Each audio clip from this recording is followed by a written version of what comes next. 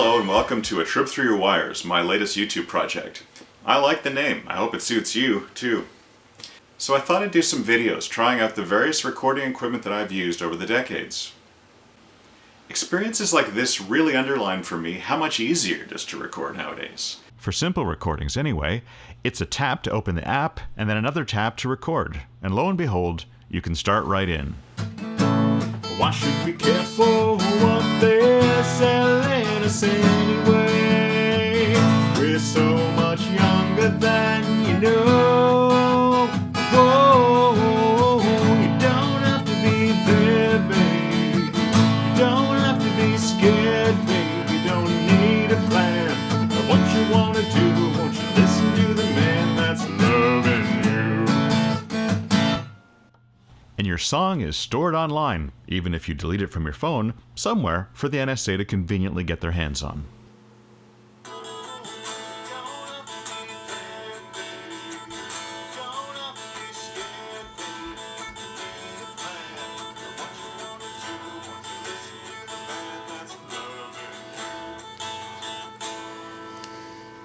But in the 60s, regular folk had radios, televisions, record and tape players, almost none of which let you record your own stuff. Music was something that came over the radio or on these colorfully packaged thingers. You couldn't record your voice onto a record at home and then delete it and put something else on that record. It cost a lot of money to get yourself recorded, and even more to then get this recording put onto a vinyl record. So most people just never did. But then, sort of affordable recording machines came into people's homes, recording on tapes manufactured by the same people who made, well, tape.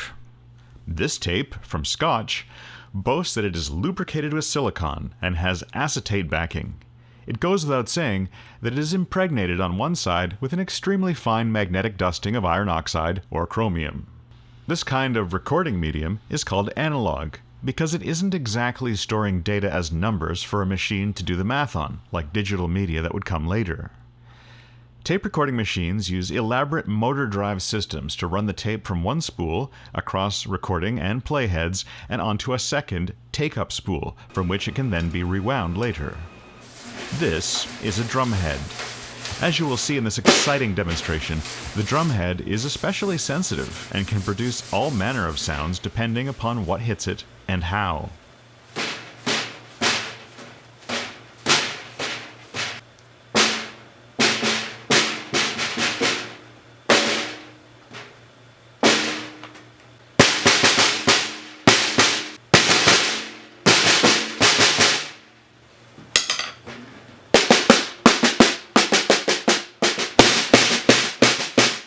A magnetic playback head is kind of the same as a snare drum head, only it makes a sound based upon tiny fluctuations in magnetism striking it rather than physical objects. The tape has to first be run past a recording head which alters the magnetism of tiny bits of tape based on what sounds are coming into the machine, perhaps through a microphone. Then, even decades later, if the magnetism of that tape has been kept more or less intact and is run past a playback head at the same speed it ran past the recording head decades before, it will make the playback head produce more or less the same sounds as it did originally. You can ruin sections of magnetic tape quite easily simply by letting anything magnetic near them or even rubbing a bit of metal over them. Today I'm going to be looking at the tape deck my father used to record things before I was old enough to really record anything myself. This is an AKAI 4000 dB made in Japan, marketed as an attractively designed custom tape deck, boasting a 1 micron gap head. It is in stereo, left and right, has line-in and line-out jacks, left and right microphone input jacks, a 1/4-inch stereo headphone jack, and a built-in, single, mono, speaker which cuts out if you plug in the headphones. Compact? It's about as heavy as a box of wrenches. My dad using stuff like this when I was little is associated in my memory with his dragging the dusty recording things out of a closet or the garage, clearing space on a table, plugging them all in, and then giving off a fair bit of heat if you touched them on anything that lit up. Some of those lit up things might be bulbs or vacuum tubes. Ouch. This is why, in my memory, there's always the rising smell of roasting dust, from the dust that had gathered in machines like this one over the years. Just turning this one on like an easy bake oven and cooking the dust that's in it makes a smell that brings me right back to being about 5 years old. The earliest microphones I can remember my father using were bought at Radio Shack in town and look like this. I don't have those kind of microphones nowadays, so I'll be using a pair of SM57s by Shure. This is his machine though, and these bad boys are his headphones, which are very stylish. I just happen to have with me today an unopened box with a recording tape inside, so I'll tear it open, revealing a little clear plastic reel with 600 feet of quarter-inch wide tape wound on it. At the end of the spool of tape is what is called the leader, which was non-magnetic tape that you could handle without worrying about messing with any magnetized sound already recorded by getting your greasy fingerprints all over it and kinking the tape up a bit while winding it round the reels. First, I have to thread the tape so the machine can use it. Weirdly, this is the part that stresses me out far more than trying to press all the buttons to get what I want out of it. Well, that went relatively okay. Now, this is the part of the machine where both the recording head and the playback head live. The motors, knobs, capstans, and pulleys serve simply to run the tape over these heads and onto the take-up reel, and then rewind back onto the original reel again to listen to and record on in future. This deck is proud to have the Dolby noise reduction system built right in. The Dolby system cuts down on the hissing sound that was always in the background of tape recording, created by the tape passing over the head. Let's do heavy metal in Dobley, you know, I mean... In what? In what? What? Dublin? You can't. In Dobley, I mean, you can't... In Dublin? I had to fiddle with the Dolby switch to get it working right. It's been a few years since 1975, and the various knobs and controls can be unreliable and not make good connections when you flip them. If I was a bit more meticulous about this, not to mention knowledgeable, I'd take it all apart and clean all the bits. As it is, when I flip a switch and it crackles and does nothing, I tap it and bang on it and twiddle it until it kind of works. This is my level of expertise. And thanks to twiddling, today we've got Dolby noise reduction. Now, if I wanted a really rich recording, I would hook each of these two microphones through some kind of microphone preamp first, to boost the signal up and make it rich and full and strong. But today, like most people probably did at home back in the day, I'm just going to plug my microphone straight into the jacks and turn the input gain right up. Check, check, check, check, check, check. A tiny bit high for talking directly into the mic, but I'm going to be standing slightly back to play guitar and sing into these mics, so when I actually sing, there should be less of that distortion sound.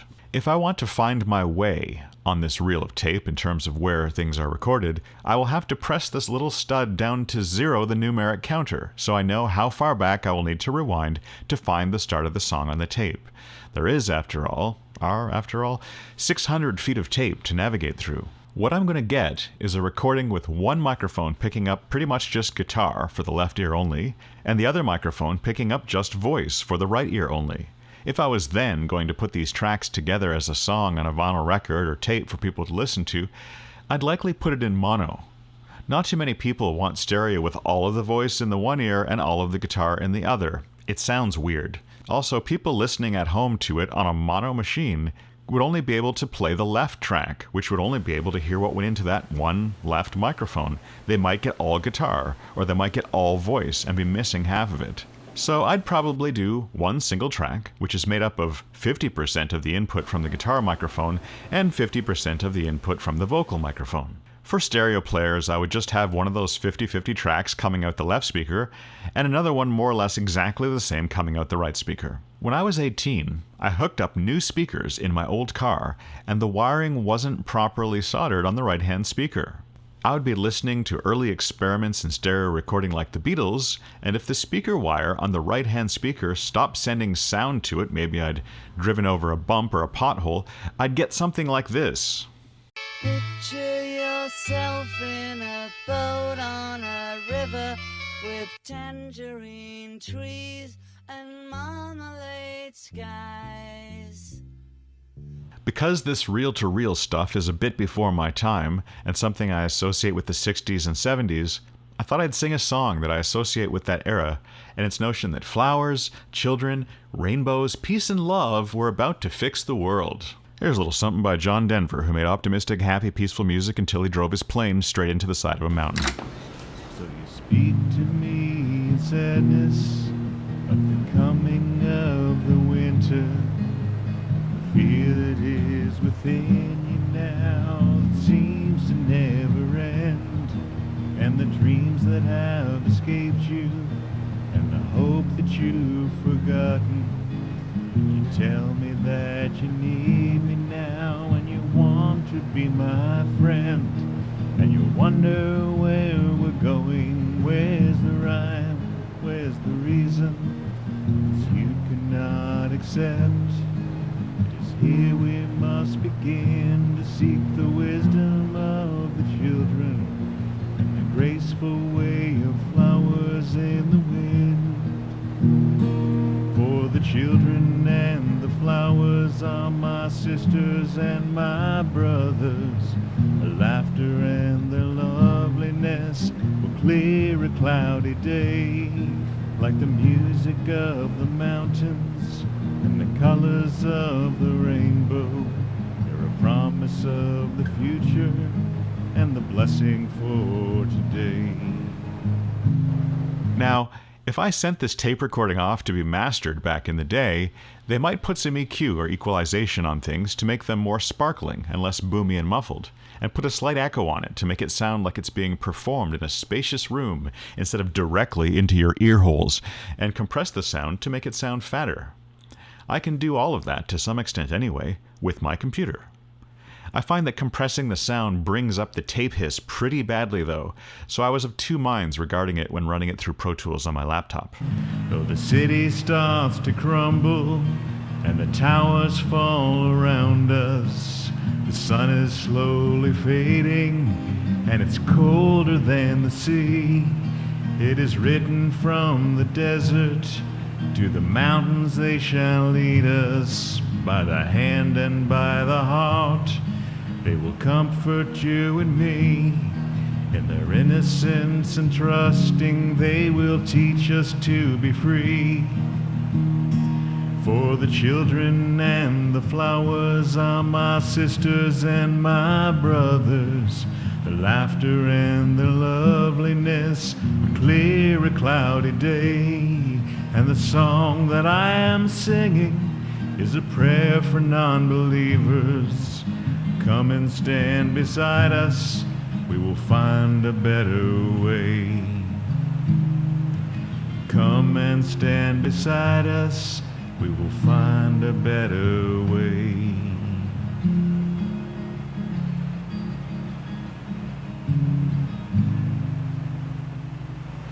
One of the things they discovered in the 1950s, which really defined the early sound of places like Sun Studios in Memphis, Tennessee, with Elvis Presley and Johnny Cash as new artists, was what people listening to the records called an echo chamber. In these tiny studios, though, there was no actual chamber. It was really just guys messing with the play and record heads. You see, once your singing got zapped down to the magnetic tape by the recording head, you could place your playback head an inch or two farther down the tape, so it was listening to the recorded voice a fraction of a second after that voice had already been committed to tape. And obviously a fraction of a second after the person had actually sang what was recorded. So it was hearing yesterday's news in recording terms. A fraction of a second ago's recording. Now, this is the clever part. You could then feed some of the later sound back over again straight to the recording head that was right now writing the next stuff to the tape. And you could add in some of the previously recorded stuff to the later tape a bit after where it belonged. This would add an extra copy of the sound to the track right along with the new stuff, but out of sync with it, producing an echo effect. For a lot of early 50s recording stars on a budget, this was their one and only recording effect to play with. That's all right, Mama. That's all right with you. That's all right, Mama. Most any way you choose. That's all right. That's all right. That's all right, Mama. Any way you do.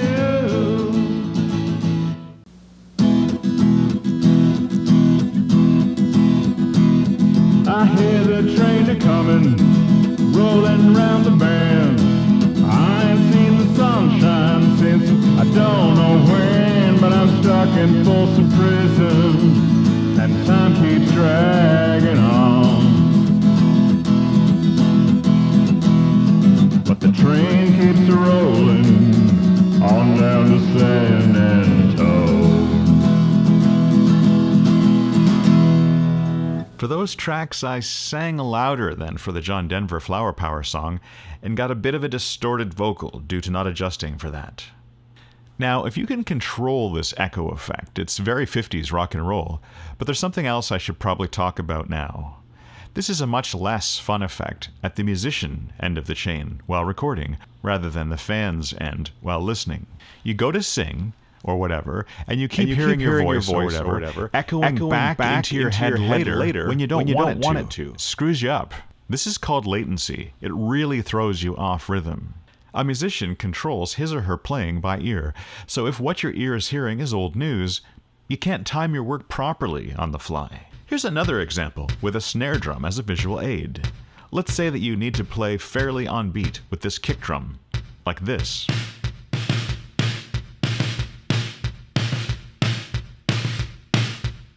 But if, due to how the equipment is hooked up in the studio, you get latency, your ears are getting back misleading information. Very confusing.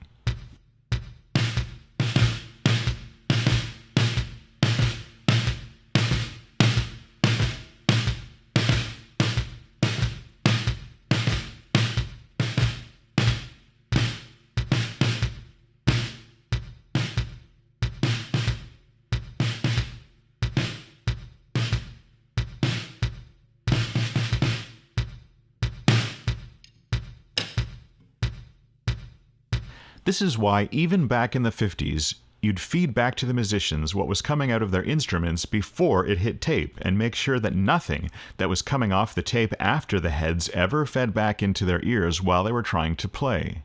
Otherwise, it would be very hard for them to perform. To this day, if you are recording music, and while you're recording, your computer wants to play sound back into your ears after it has been processed and written to the hard drive, then pulled back off the hard drive and turned back into sound for your ears, well, you might get latency. That stuff is never a good thing. It's been the bane of people trying to record with their computers for decades. One last trick that people did with machines of this kind in the 60s was use them to create tape loops. Bands like the Beatles and Pink Floyd like to include what would now be simply called loops in their music. What they do is, instead of having the recording tape get pulled across the tape heads from the one reel onto the other reel, they'd cut a short piece of tape with scissors and splice it together with tape, making a big loop of tape using tape. Then they'd have it endlessly circle around the same reel, over the heads over and over again, repeating whatever was recorded on it endlessly. Pink Floyd mentioned looping the tape around a mic stand or a doorknob in lieu of the take-up reel. Some people would ruin takes of Dark Side of the Moon by stumbling into the studio and opening the door that the doorknob was attached to.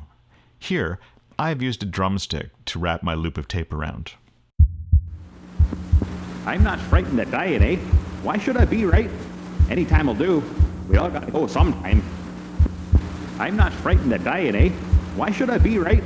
Any time will do. We all gotta go sometime. I'm not frightened of dying, eh? Why should I be, right? Any time will do. We all gotta go sometime. I'm not frightened of dying, eh? Why should I be, right? Any time will do. We all gotta go sometime. We all gotta go sometime. I'm not frightened of dying, eh? Why should I be, right? Any time will do. We all gotta go sometime.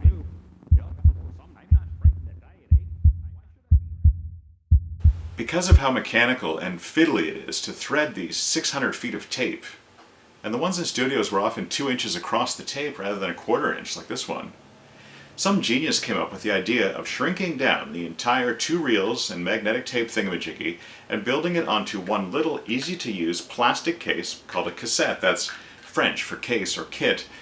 Same thing, only fits in your hand, and it's easier to use if you keep the tape inside the case. If you don't, you might need one of these. Next time, on a trip through your wires, I'll look at my dad's colossal AKAI cassette tape deck.